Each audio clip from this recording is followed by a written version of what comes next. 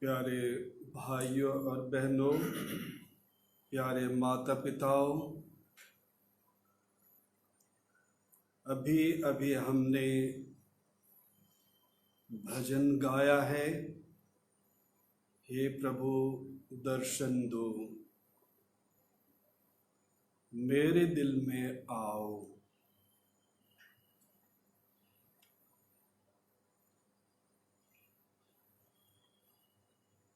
हम प्रत्येक उसी प्रभु के दर्शन के लिए, उसी प्रभु को अपने हृदय में पाने के लिए हम इस वक्त, इस समय हम प्रभु की उपस्थिति में उनके सामने हम आए हुए हैं। सर्वप्रथम आइए हम उनकी उपस्थिति को, जो प्रभु हमारे बीच में उपस्थित हैं, उनकी उपस्थिति को हम अपने जीवन में अनुभव करें। हम स्वयं को उसकी उपस्थिति में लाएं। अपने मन, अपने विश्वास की आंखों से हम उस उपस्थित प्रभु को हम देखने का प्रयास हम करें।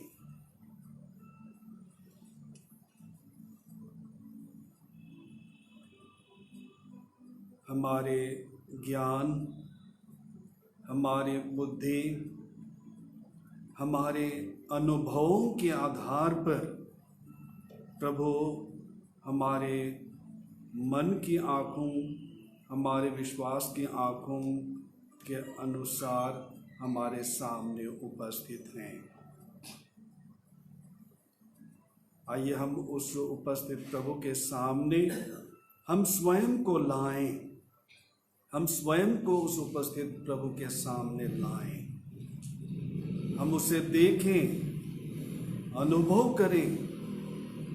प्रभु हमसे आज कुछ कहना चाहते हैं, प्रभु हमसे कुछ मांगते हैं।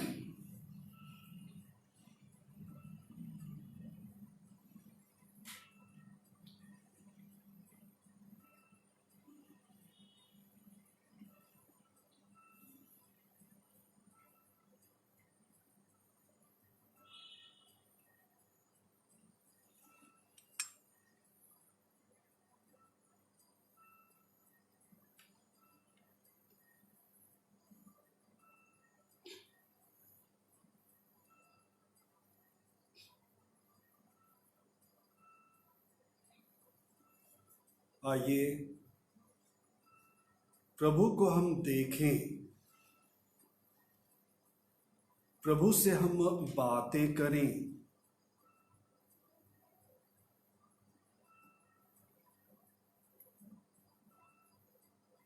प्रभु की प्रशंसा अपने मन और दिल में हम करें,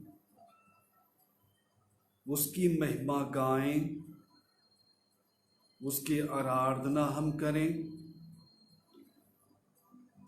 उसके सामने स्वयं को हम लाएं और देखें कि प्रभु हमें आज सुसमाचार के अंशों के द्वारा हमें कुछ कहेंगे, हमें बतलाएंगे। प्रभु के सानिध्य में, उसकी संगति में रहने के लिए हमें किन किन बातों की ओर हमें ध्यान देने की आवश्यकता है। प्रभु आज हमें दिशा निर्देश देंगे। आइए हम प्रभु को अपने मन की आँखों से, अपने विश्वास की आँखों से देखते हुए हम कुछ क्षणों के लिए उससे हम बातचीत करें।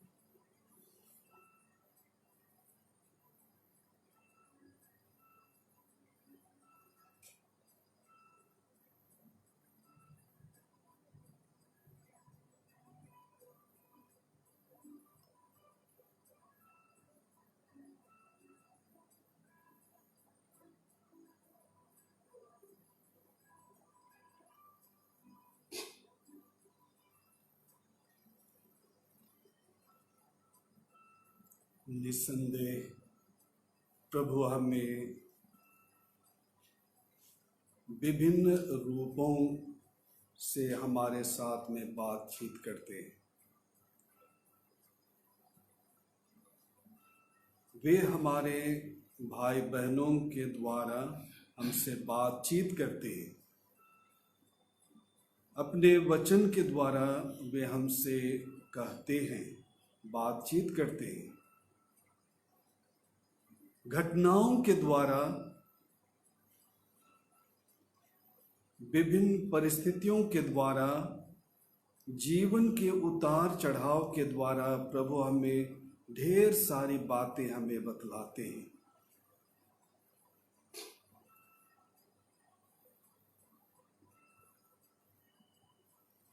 आज प्रभु हमें अपने ही जीवन के माध्यम से हमें आध्यात्मिक ऊर्जा ग्रहण करने के लिए हमें आह्वान करते हैं, बुलाते हैं। इसके पहले कि हम प्रभु के उस आह्वान को ग्रहण करें, आइए हम उस प्रभु की आराधना करें गीत के माध्यम से, जिसने अपनी उपस्थिति के द्वारा हमारे हृदय को भर दिया है, हमें इस काबिल बना दिया है कि हम उसकी बातों को कानों द्वारा सुन सकें और अपने हृदय रूपी मंदिर में उन बातों को हम रख सकें। उसने अपनी उपस्थिति के द्वारा हमें सराबोर कर दिया है। आइए हम उसकी आराधना करें, उसकी प्रशंसा गाएं और उसे हम धन्य कहें गीत के माध्यम से।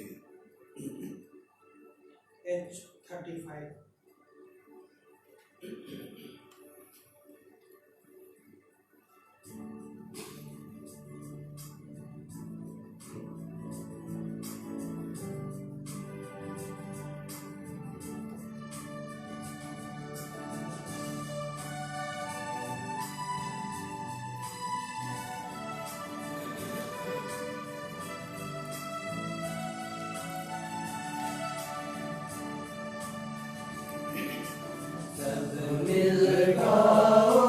प्रभु की महिमाई सब जन में लय हो जाओ, सब मिल गाओ। प्रभु की महिमाई सब जन में लय हो जाओ। तन मन धन हर जीवन जन में, हर संगत में, हर प्रांगण में सब मिल गाओ। प्रभु की महिमाई सब जन में लय हो जाओ।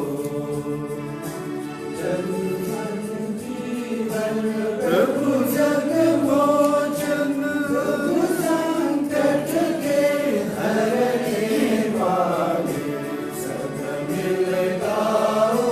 प्रभु की महिमाई सब जन में लय हो जाओ।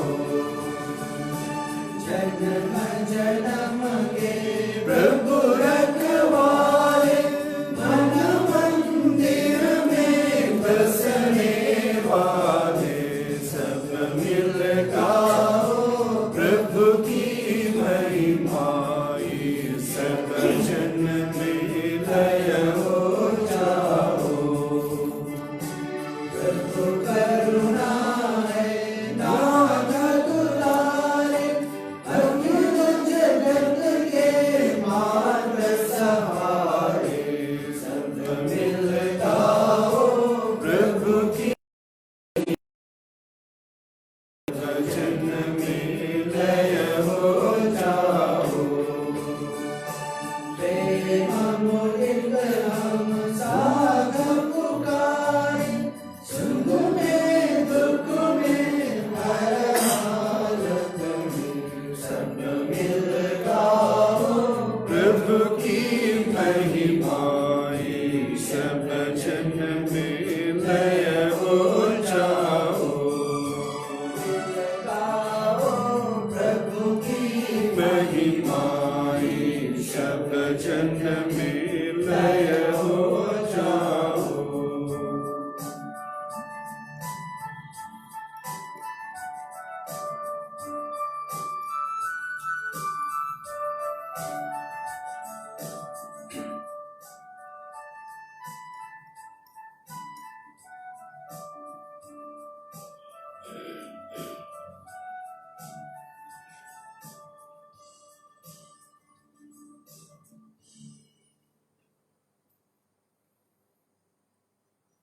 प्रभु वचन के द्वारा हमें कहते हैं, हमें दिशा निर्देश देते हैं, हमें जीवन के मर्म समझाते हैं। आइए हम प्रभु के वचन को हम सुने, अपने मन और दिल में उसे संजोएं।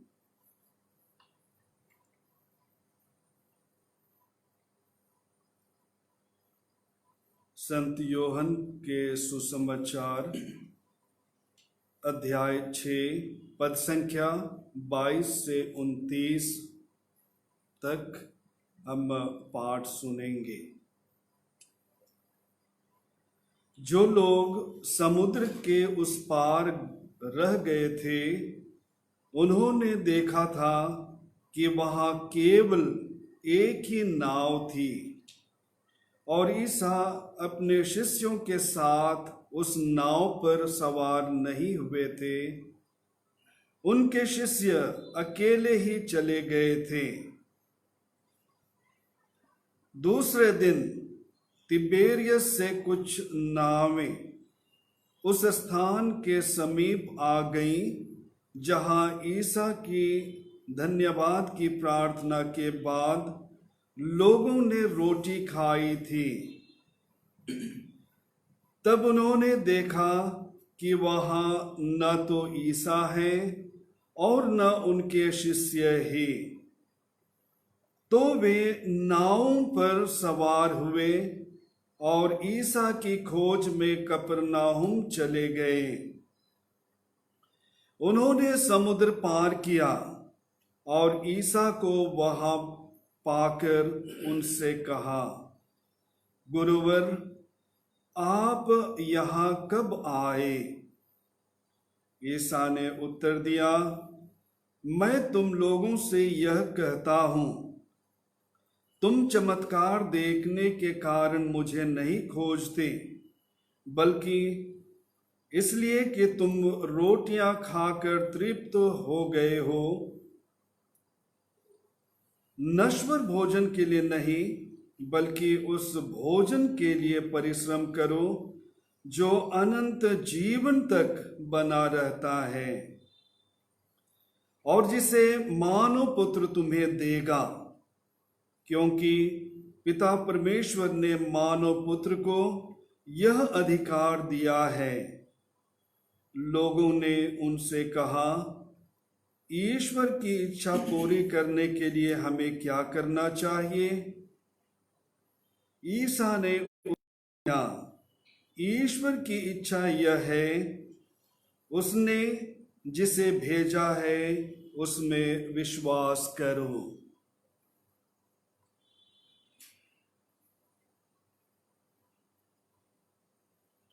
यह प्रभु का सुसमाचार है। क्रिस्त की जय।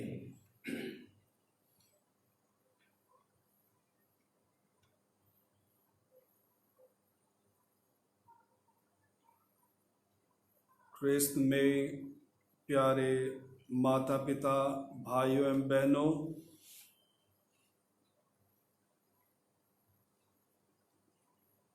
जीवन का एक अनुभव है।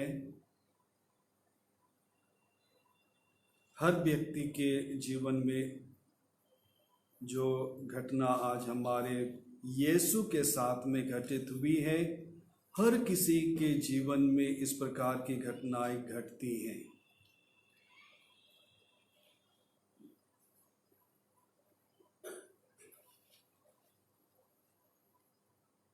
हमारा अनुभव है, कई बार हम लोगों के गलत फहमी के शिकार बन जाते हैं और यह हमारे लिए बहुत ही दर्दनाक और कष्टदायी हुआ करता है।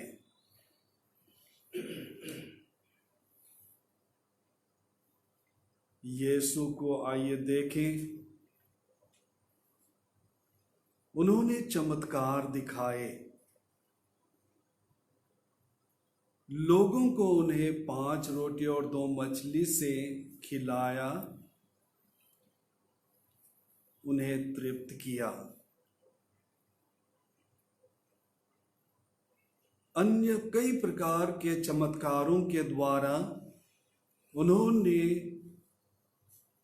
अपने आप को लोगों के मुक्तिदाता के रूप में उनके बीच में अपने को स्थापित करने का प्रयास किया। उन्हें मुक्ति की ओर ले जाने का प्रयास किया, लेकिन लोगों ने उसे नहीं समझा। उन्होंने गलत ही समझा।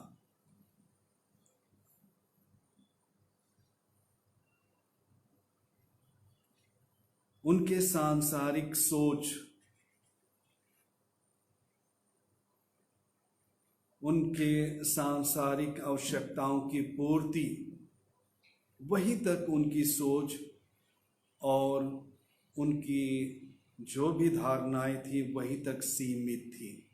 लेकिन प्रभु उन्हें दूर तक, मुक्ति तक वे ले जाना चाहते थे और लोगों ने उसे नहीं समझा।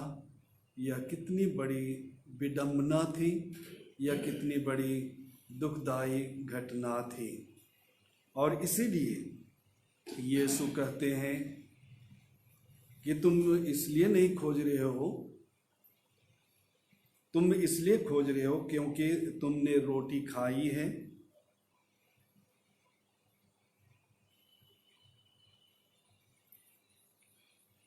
लेकिन तुम इसलिए नहीं खोज रहे हो कि तुमने चमत्कार देखा है। तुम तो केवल रोटी के लिए तुम खोज रहे हो।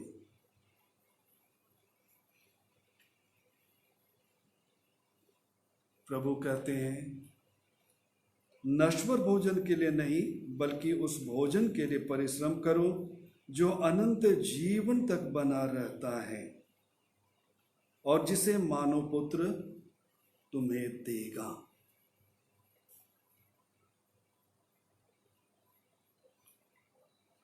इसायास नबी के अध्याय 55 पद संख्या 2 बहुत ही स्पष्ट रूप से इसी बात को हमारे सामने आज रखता है।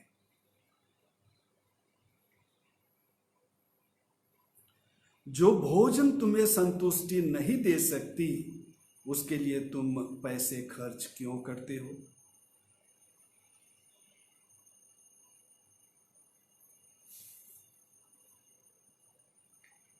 जो भोजन तुम्हारे लिए संतुष्टि नहीं दे सकती, उसके लिए तुम पैसे क्यों खर्च कर रहे हो?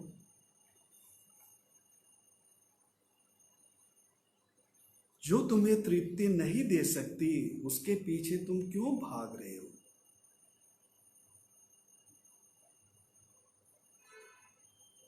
जो चीज तुम्हें तृप्ति नहीं दे सकती, उसके पीछे तुम क्यों भाग रहे हो?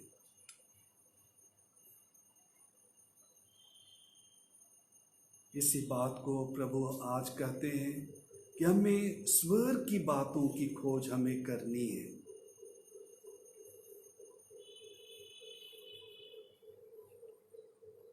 भोजन जिसके लिए हम पैसे खर्च करते हैं, वह केवल हमारे शरीर तक ही सीमित रहता है।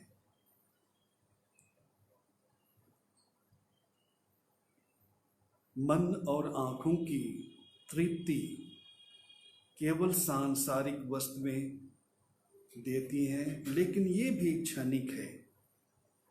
इससे हमें आध्यात्मिक संतुष्टि नहीं मिल पाती है। और इसलिए आज प्रभु हमें आह्वान करते हैं कि हम ऊपर की बातें हम खोजें, हम ऊपर की बातें हम खोजें और वही हमारे लिए अनंत जीवन हमें दे सकता है।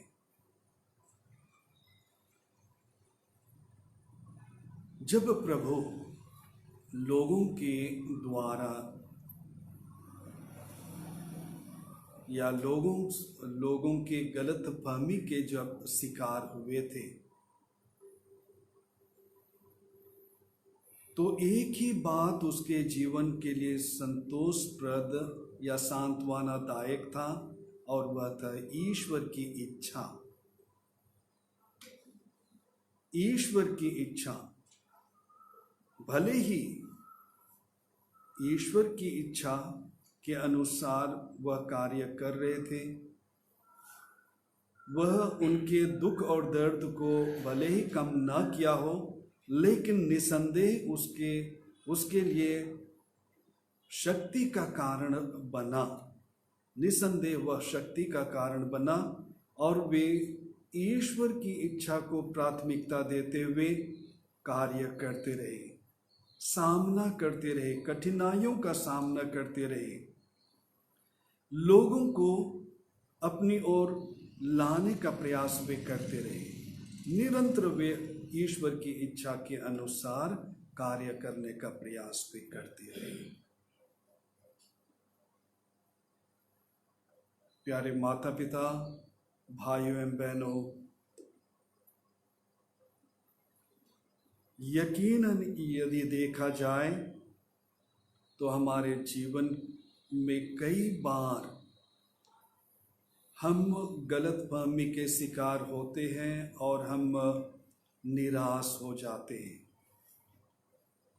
हम भला कार्य ही क्यों ना कर रहे हों, अच्छे कार्य ही क्यों ना कर रहे हों, ईमानदारी पूर्वक हम कार्य कर रहे हों, फिर भी कई बार हम गलतफहमी के शिकार हो जाते हैं। प्रभु आज हमें कहते हैं कि हम ईश्वर की इच्छा को जानने का प्रयास करें और निरंतर उसकी इच्छा को प्राथमिकता देते हुए उसके अनुसार हम कार्य करते रहें। दुख और दर्द कम भले ही ना हो, लेकिन निसंदेह ईश्वर की इच्छा हमारे विश्वास को परिपक्वता देगी, हमारे विश्वास को बढ़ाएगी, हमारी आध्यात्मिक शक्ति को वह निसंदेह बढ़ाएगी। प्रभु आज हमें आह्वान करते हैं कि हम अपने विश्वास में अडिग बने रहें और गलतफहमी के शिकार होने के बावजूद भी हम अपने ईश्वर के कार्य में, ईश्वर की इच्छा को प्राथमिकता देते हुए हम अपने कार्य में हम बढ़ते जाएं, हम प्रभु के ही कार्य को हम प्राथमिकता देते जाएं। आइए हम अपने अंदर की आवाज़ को सुनने का प्रयास हम करें। निसंदेह प्रभु हमारे व्यक्तिगत जीवन में, व्यक्तिगत अनुभवों के द्वारा वे हमें आज कुछ कहते हैं।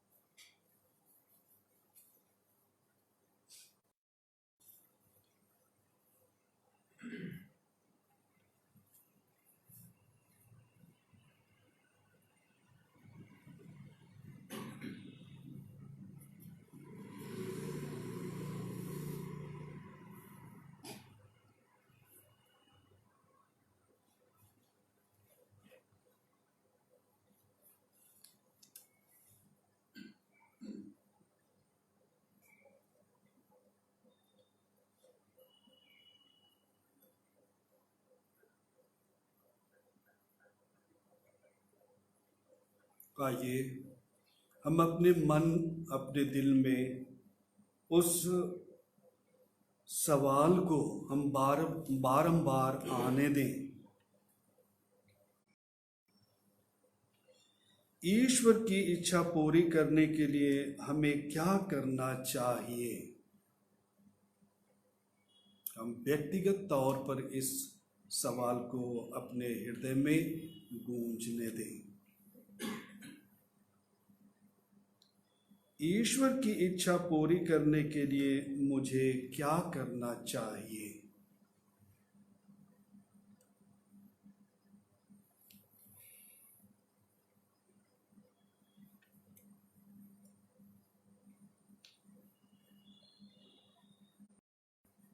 यीशु निसंदेह कहेंगे,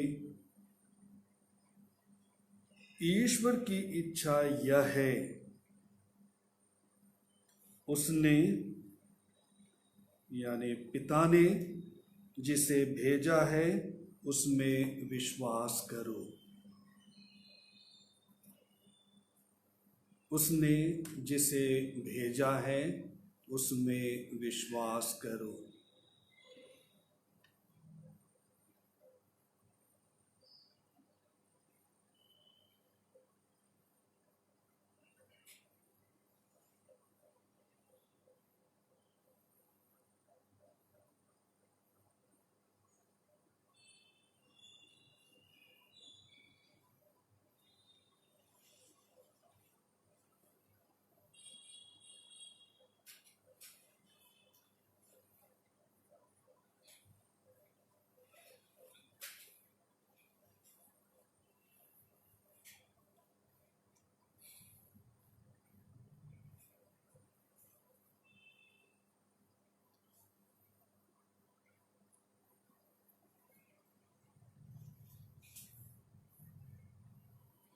इस समय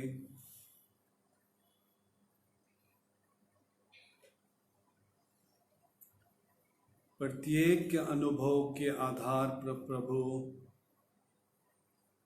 से हमने सवाल किया है कि इस परिस्थिति में मुझे क्या करना चाहिए। जब मैं लोगों के द्वारा गलत फहमी का शिकार हो जाता हूँ, गलत समझा जाता हूँ, तो ऐसे समय है प्रभु मुझे क्या करना चाहिए? प्रभु कहते हैं ईश्वर में विश्वास करो। यदि उन्होंने उसे गलत समझा है, यदि उन्होंने गलत समझा है और यदि उन्होंने कष्ट भोगा है, तो हर उस अनुयायी को कुछ इसी प्रकार की बातों का शिकार होना पड़ेगा। लेकिन उसमें भी हमें ईश्वर की इच्छा को सर्वोपरि मानते हुए हमें ईश्वर पर विश्वास करने के लिए प्रभु आज हमें आह्वान करते हैं। हमारे जीवन के लिए बहुत बड़ा संदेश है, संतोष की बात है। हमारे विश्वास को परिपक्वता की ओर ले जाने के लिए प्रभु का यह बहुत बड़ा यह आश्वासन है। आइए हम प्रभु को इस सुंदर संदेश के लिए, ईश्वरीय कृपा के लिए हम धन्यवाद देने के लिए हम गीत गाएं और प्रभु को हम इस सुंदर संदेश के लिए हम धन्यवाद दें। C68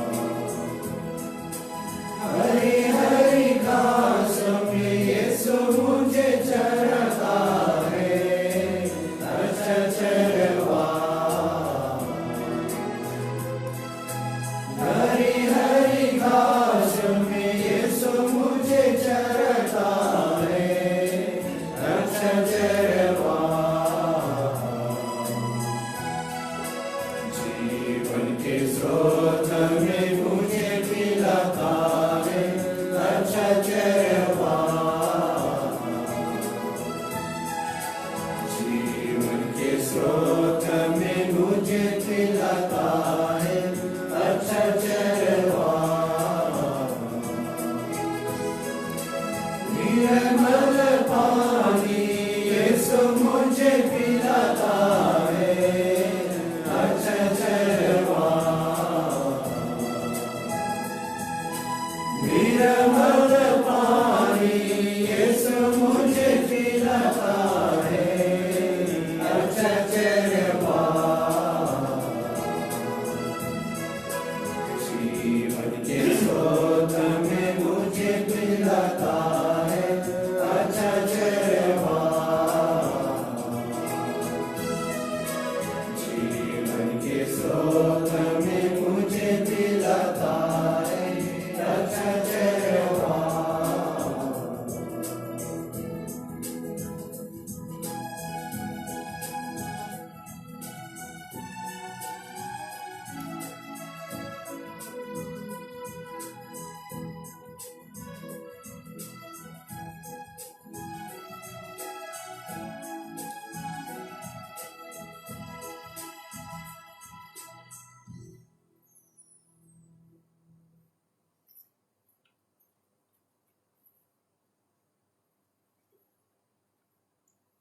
लेवी के ग्रंथ में अध्याय 11 पद संख्या 44 में प्रभु ईश्वर कहते हैं, मैं पवित्र हूँ, पवित्र बनो, मैं पवित्र हूँ।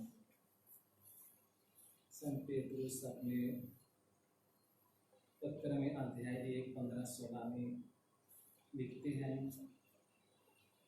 आपको जिसने बुलाया है वह पवित्र है, इसलिए आप भी अपने समस्त आचरण में पवित्र बने।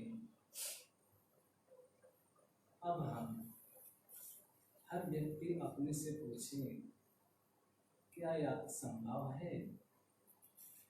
हम लोगों का उत्तर होगा असंभव है। लेकिन प्रभु यीशु कहते हैं, तुम मेरे आदेशों का पालन करो और यह संभव होगा। इस तरह हम मनुष्य को पवित्र बने रहना संभव है। यह कार्य अवश्य ही कठिन है, लेकिन असंभव नहीं है। प्रभु की साक्षात्कार में रहकर हम निरंतर पवित्रता का जीवन जी सकते हैं। यह ईश्वर की कृपा ही है जो हमें पवित्र रहने और प्रेरणा दे सकती है। नबी इस्राएल अशुद्ध होठ वाला व्यक्ति था, अशुद्ध मनुष्यों के बीच रहता था। प्रभु ईश्वर ने उन्हें अंगार से स्पर्श किया, उसको शुद्ध किया, पवित्र किया और ईश्वर के योग्य बनाया। तब ईश्वर की वाणी उन्हें सुनाई दी, प्रभु मैं किसको भेजूं, कौन मेरा संदेश बनेगा? उसने कहा, मैं मुझको भेज, मैं प्रस्तुत हूँ। ईसा मसीह ने 12 प्रेरितों को चुना, वे उनके साथ रहे और उन्हें अधिकार दिए। तो ईसा का साहचर्य हर कमजोर से ऊपर उठने के लिए हमें कृपा प्रदान करता है और हम ईश्वर के प्रिय संतान बन जाते हैं। इसी कड़ी में संत पौलुस कहते हैं, अब मैं जीवित नहीं रहा, बल्कि मसीह मुझ में जीवित है और मैं जो जीवन जीता हूँ उसका एक प्रेरणा स्रोत है यीशु मसीह में विश्वास करना, जिसने मेरे लिए अपने जीवन को अर्पित किया है। तो आप सीखिए, यीशु के साथ एक हो गया, नई सृष्टि बन गया, सब बातें पुरानी बातें समाप्त हो गई, एक नया बन गया। संत पौलुस धर्म के पंडित थे, ईश्वर की प्रतिज्ञा में मालूम थी और वह ईश्वर की नई सृष्टि बन गया। सारे संसार को सैन्य शक्ति से जीतने वाला संत इग्नासियस,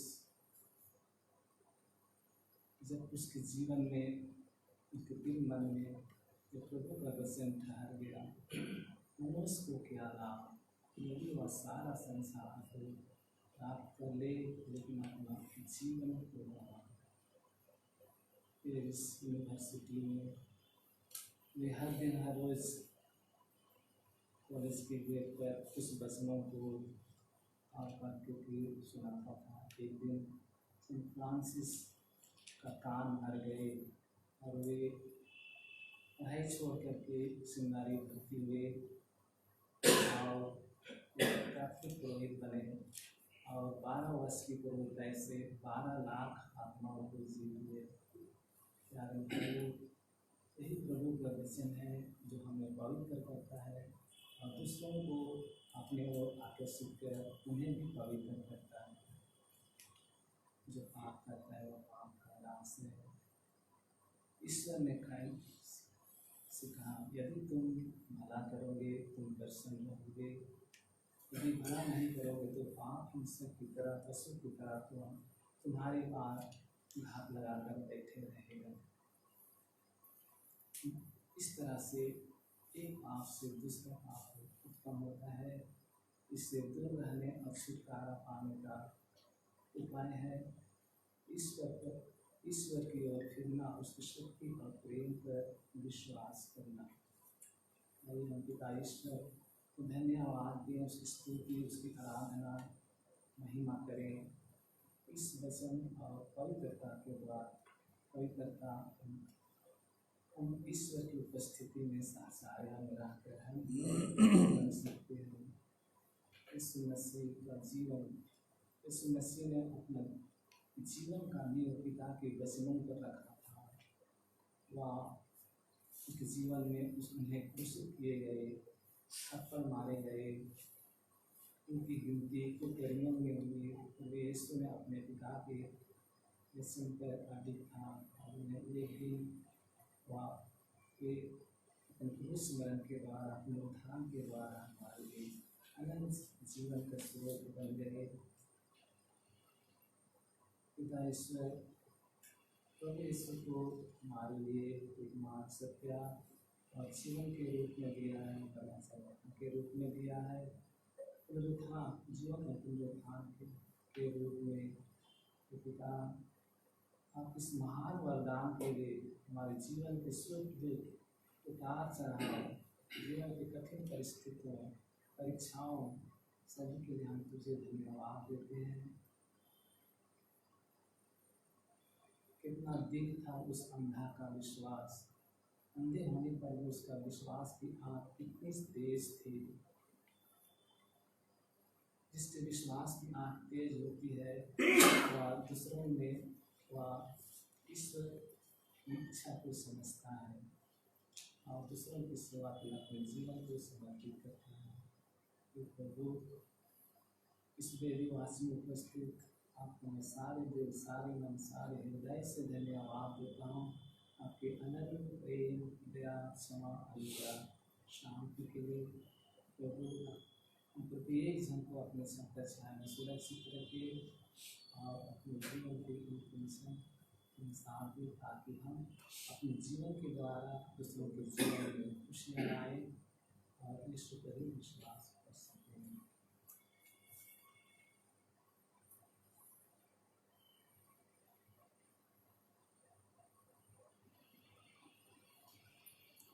आइए प्यारे भाई और बहनों, माता पिताओं, हमारे मन और दिल में कई बातें होंगी जिसे हम प्रभु को सुनाना चाहते होंगे। कई आवश्यकताएं होंगी जिसके लिए हम प्रभु को बतलाना चाहते हैं, प्रभु से मांगना चाहते हैं। कई ऐसी पीड़ा होगी, दुख दर्द होगा, कठिनाइयाँ होंगी जिससे हम पार पाना चाहते होंगे। पुनर्जीवित प्रभु, जीवनदायी प्रभु, आवश्यकताओं को पूर्ण करने वाला प्रभु, चंगाई देने वाला प्रभु, हर मुसीबत से हरने वाला प्रभु हमारे सामने उपस्थित हैं। हम उनके सानिध्य में हम उपस्थित हैं। आइए हम अपनी आवश्यकताओं को उसी प्रभु को हम सुनाएं, अपनी ज़रूरतों को हम उनके लिए अर्पित करें और वही प्रभु हम प्रत्येक की आवश्यकताओं को, हमारी ज़रूरतों को आवश्यकता के अनुसार हमें पूर्ण अवश्य करेंगे। उसने जिसे भेजा है उसमें विश्वास करो। आइए हम उसी विश्वास के साथ हम प्रभु के पास अपनी ज़रूरतों को रखें। आज हमारे बीच में कोरोना वायरस जो एक विकराल रूप धारण करता हुआ दिखाई पड़ता है, हर किसी के जीवन में इस बीमारी को लेकर के उहापोह की स्थिति है, भय का वातावरण बना हुआ है।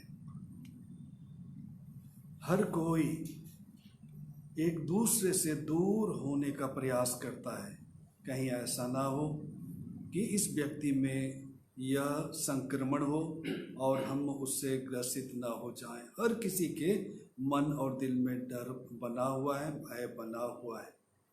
आइए डर और भय को हरने वाले प्रभु के सम्मुख इस परिस्थिति को हम रखें और हम प्रभु से प्रार्थना करें कि प्रभु इस डर को, इस भय को हमसे दूर करें, इस संक्रमण को हमसे दूर करें, हमें चंगाई प्रदान करें, मन और दिल में हमें शांति प्रदान करें।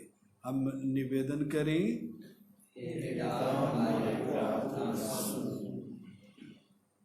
कई ऐसे भाई बहन हैं जो इस संक्रमण के कारण मृत्यु सैया को प्राप्त कर गए।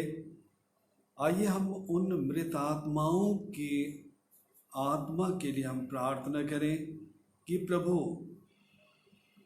उनके भले कर्मों का पुरस्कार उन्हें प्रदान करें, उनकी कमजोरियों को दूर करते हुए उन्हें स्वर्ग राज्य में जगह दे। इसके लिए हम निवेदन करें, हे पिता हमारी प्रार्थना सुन। कई ऐसे भाई बहन हैं जो इस संक्रमण के शिकार हुए हैं। हम उनके लिए भी प्रार्थना करें कि प्रभु अपने चंगाई भरे हाथों से उन्हें स्पर्श करे, उनके दुख और दर्द को दूर करे, उन्हें चंगाई प्रदान करे और उन्हें जीवन में विश्वास का वरदान दे, कृपा का वरदान दे कि वे ईश्वरीय शक्ति को वे पहचान सकें, ईश्वर के हाथों को पहचान सकें। हम निवेदन करें, हे पिता हमारी प्रार्थना सुन। कई ऐसे भाई बहन हैं जो इस महामारी के विषय में लापरवाही पूर्वक वे व्यवहार करते हैं।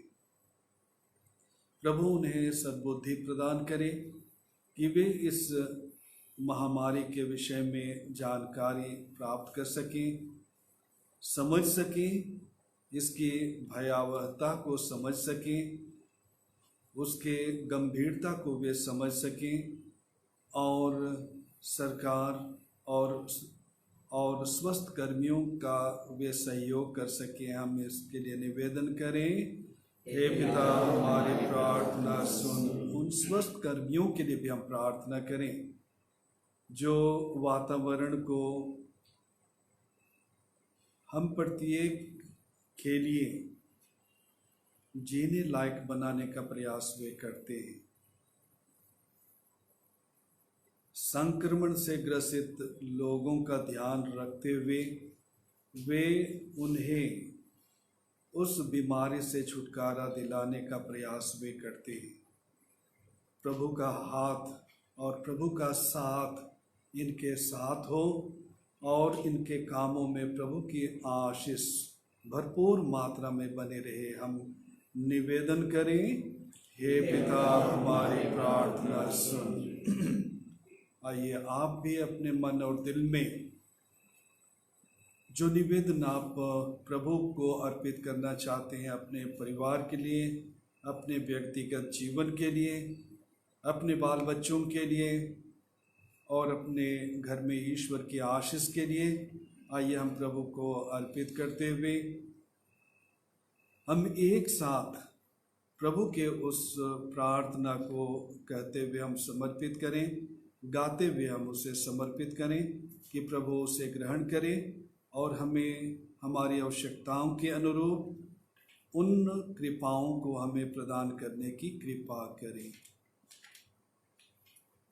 पिता हमारे तू जो करता स्वर्ग धाम में वास, पावन तेरा नाम सदा हो, आवे तेरा नाम, स्वर्ग समान हो तेरी इच्छा, धरती तल पर पूरन, हर दिन का आहार हमारा कर दे आज प्रदान, और हमारे अपराधों को क्षमादान करना, जो अपने अपराधी जन को हम करते हैं माफ, ना परीक्षा ले हमारी, किंतु बुराई से बचा।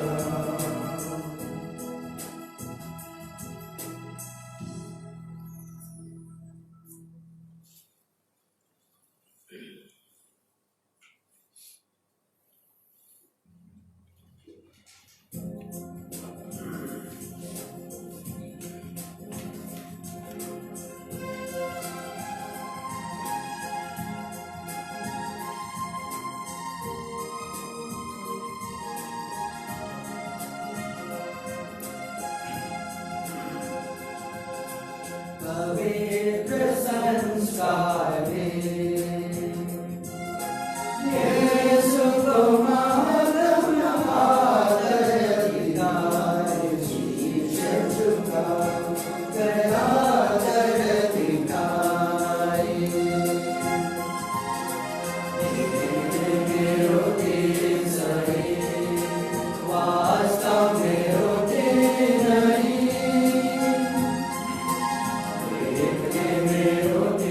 सही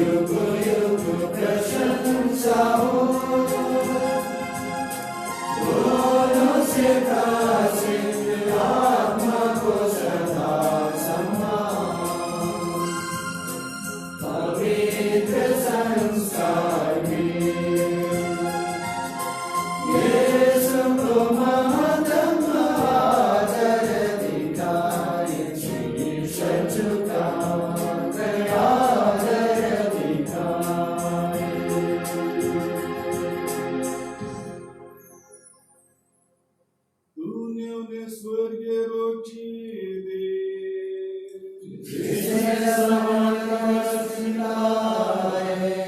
हम प्रार्थना करें।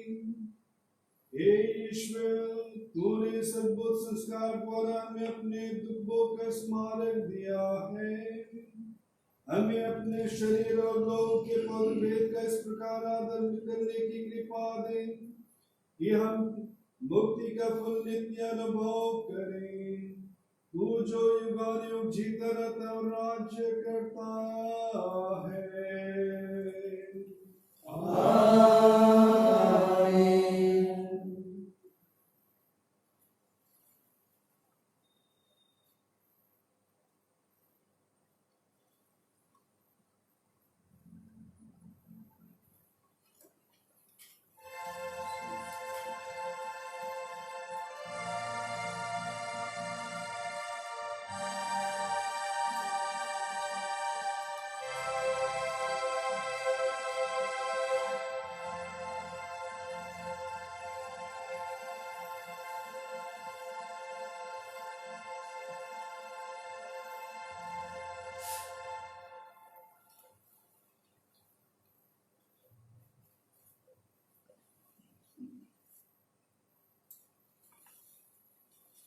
धन्य परमेश्वर, धन्य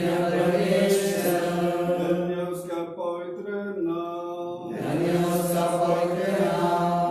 यीशु क्रिस्त सच परमेश्वर और सच मनो, धन्य यीशु का नाम, धन्य उसका अति पवित्र हृदय, धन्य उसका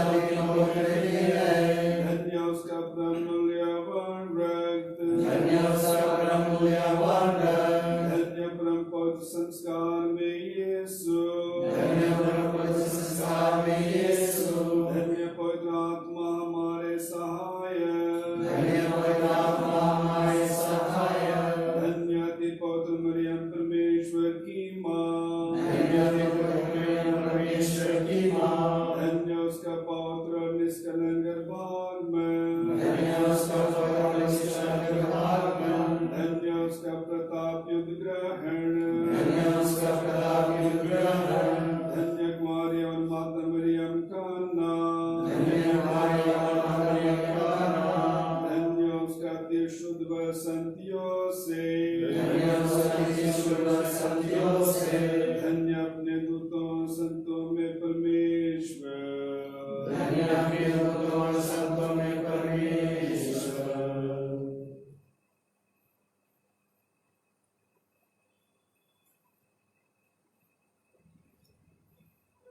Scene 17.